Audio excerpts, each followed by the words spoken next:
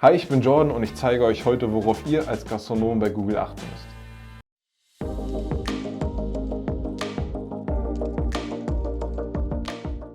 Es reicht heute nun mal nicht mehr aus, eine Website zu haben, um seine Gäste zu erreichen. Im Regelfall erkundigt sich ein Gast erst mit Google und Google Maps über das Restaurant, Café oder die Bar. Die Website wird oft erst im nächsten Schritt besucht, wenn es darum geht, zu reservieren oder einfach noch mehr Informationen zu erhalten. Also worauf muss man nun als Gastronom bei Google achten? Bevor wir direkt mit den Tipps loslegen, am Ende gibt es noch einen kurzen Rückblick über die aktuellsten Geschehnisse in der Gastronomie. Also bleibt bis zum Ende dran, um auf dem neuesten Stand der Dinge zu sein. Und los geht's mit den Tipps und Tricks dieser Woche. Was ist das eigentliche Ziel dabei und wie setzt man das am besten um? Wir wollen möglichst das anzeigen, wonach die potenziellen Gäste suchen. Daher musst du dafür sorgen, dass du klar definiert hast, was deine Gäste bei dir finden. Sei es ein Business Lunch, Lieferservice oder besondere Spezialitäten. Was es auch sein mag, desto genauer die Beschreibung, umso einfacher ist es für deine Gäste, dich zu finden. Jetzt bist du entweder in der Situation A, du hast schon ein verifiziertes Google-Profil und du bist dir nicht sicher, ob das, was du eingestellt hast, wirklich richtig ist.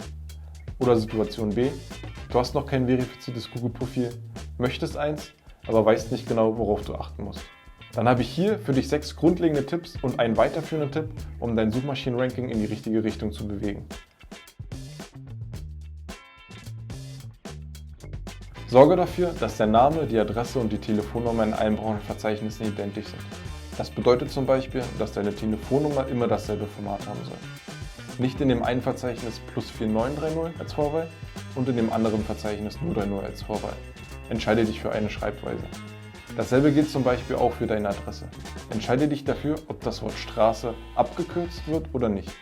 Wichtig ist, dass alle deine Angaben einheitlich sind auf allen Plattformen. Du hast die Möglichkeit, deine Speisekarte manuell bei Google zu hinterlegen. Richtig, nicht nur deine Speisekarte als PDF, sondern die einzelnen Gerichte. So ermöglichst du es deinen Gästen, sich dein Menü vorab schon anzuschauen. Und wenn jemand nach einem bestimmten Gericht sucht, das du anbietest, wird dein Restaurant eher vorgeschlagen.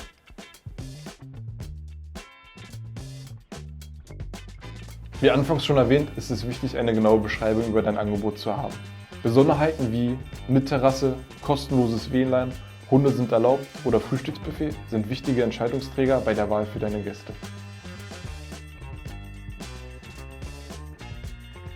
Genau wie die NAP-Daten sollten auch deine Öffnungszeiten überall identisch gelistet sein. Zusätzlich sollten sie auch noch stets aktuell sein, um Verwirrung bei den Gästen zu vermeiden. Achte auch darauf, dass Ausnahmen wie Feiertage ebenfalls hinterlegt sind. Denn Gäste, die sich auf eine schöne Zeit bei dir freuen und dann vor verschlossenen Türen stehen, kommen selten wieder. Verlinke ruhig deine Website auf deinem Google-Profil, aber achte darauf, einen möglichst individuellen Text zu verwenden. Denn die wenigsten besuchen, nachdem sie auf deinem Google-Profil waren, im nächsten Schritt noch deine Website. Also gebe die Mühe und überzeuge sie direkt mit einer einzigartigen Beschreibung. Lass deine Gäste direkt über Google reservieren und bestellen. Mit der Tisch reservieren bzw. mit der Online-Bestellen-Funktion ist es für deine Gäste noch einfacher, eine Bestellung zu ordern oder einen Tisch zu reservieren. Denn sie müssen nun nicht mehr über eine weitere Instanz wie zum Beispiel deine Website reservieren oder bestellen. Mit Dish Reservation und Dish Order zum Beispiel sorgst du direkt dafür, dass deine Gäste über Google bei dir reservieren und bestellen können. Und das Beste daran ist, du profitierst von 0% Provision. Für dich entstehen keine zusätzlichen Kosten, wenn Gäste bei dir reservieren oder bestellen. Egal wie oft und wie viel. Besuche Dish.co, um mehr über Dish Reservation und Dish Order zu erfahren. Kommen wir nun zum weiterführenden Tipp, um dein Suchmaschinen-Ranking in die richtige Richtung zu bewegen. Sorge aktiv dafür, Bewertungen von deinen Gästen zu erhalten. Sei es ein simpler QR-Code oder eine kurze URL, die deine Gäste zu deinem Google-Profil weiterleiten. Spreche deine Gäste aktiv an, denn positive Bewertungen hinterlassen einen sehr guten Eindruck bei potenziellen Gästen und steigern dein Suchmaschinen-Ranking immens. Auch das Antworten auf die Rezension der Gäste ist dabei ebenfalls wichtig. Bedanke dich für ihr Lob und gehe auf Kritik ein. So baust du eine Bindung zu deinen Gästen auf und steigerst auch die Chance eines weiteren Besuchs.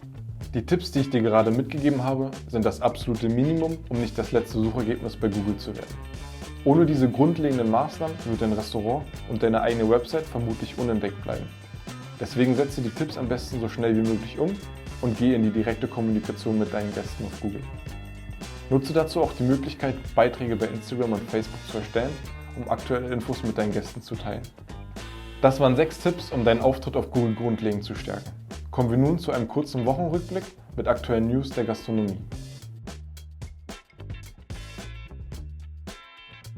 Der Hauptgeschäftsführer des Deutschen Hotel- und Gaststättenverbands in Hessen, Julius Wagner, fordert mehr Stichproben zur Kontrolle der Corona-Regeln in Gastronomiebetrieben.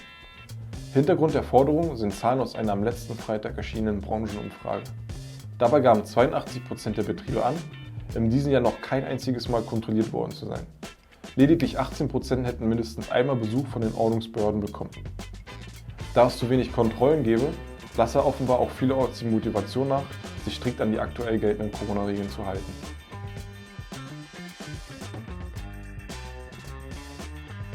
Nach der Verschärfung der Corona-Regeln in Österreich wird auch in Deutschland der Ruf nach stärkeren Einschränkungen für Ungeimpfte lauter. Ärztepräsident Klaus Reinhardt verlangt, auch hierzulande nur noch Geimpften oder Genesenen den Besuch von Restaurants, Veranstaltungen oder Kinos zu erlauben. Ähnlich äußerte sich der Hauptgeschäftsführer des Deutschen Städtetages Helmut Dehling. SPD-Gesundheitsexperte Karl Lauterbach fordert, die 2G-Regel solle am besten in allen Bereichen greifen, die nicht wie Lebensmittelgeschäfte oder Drogerien zum täglichen Bedarf gehören.